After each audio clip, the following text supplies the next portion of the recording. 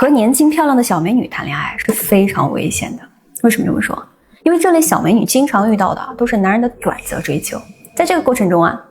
这些男人往往会不惜投入5倍甚至是10倍的情感与物质，因为他们还没有得到嘛，他是刚需。但是小美女呢，是长时间沉淀在这种高标准的短则环境里的。等她遇到一个还不错，打算和她正经谈恋爱，进入到那种长期关系的男人的时候，问题就来了，她会开始作，开始闹为什么呀？她会觉得这个男人太小气了还会觉得这个男人就是不爱自己不够爱自己，因为这个男人在情感上和物质上的付出比不上那些只想短则他的男人。但实际上呢，这个男人的付出已经达到了正常恋爱水平以上了，只是小美女呢会用短则的高标准来衡量长则这就不可避免的会引发一些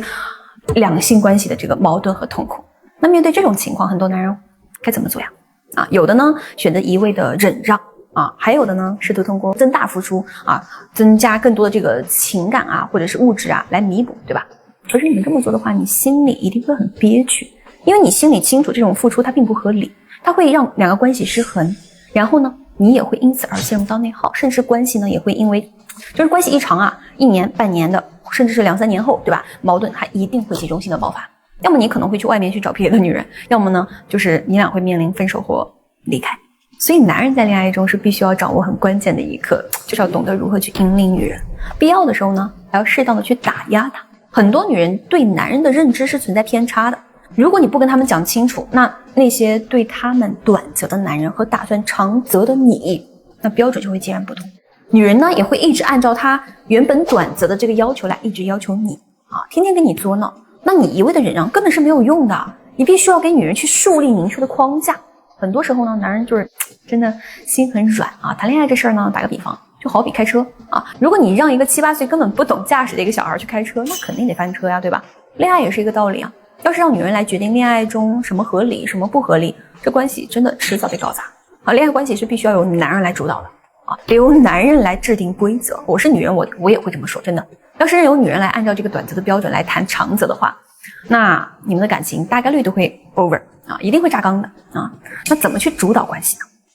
今天我给你们讲一个点就是你不能刻意的在他面前表现得太完美了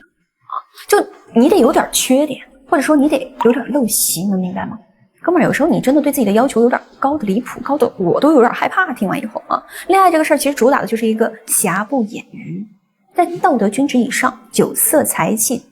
大小沾点边无伤大雅的，知道吗？因为你是个活人，你不能试图把自己的框架就放在一个圣人的这个框子里，知道吗？你要活成庙子里的那个土坯泥像吗？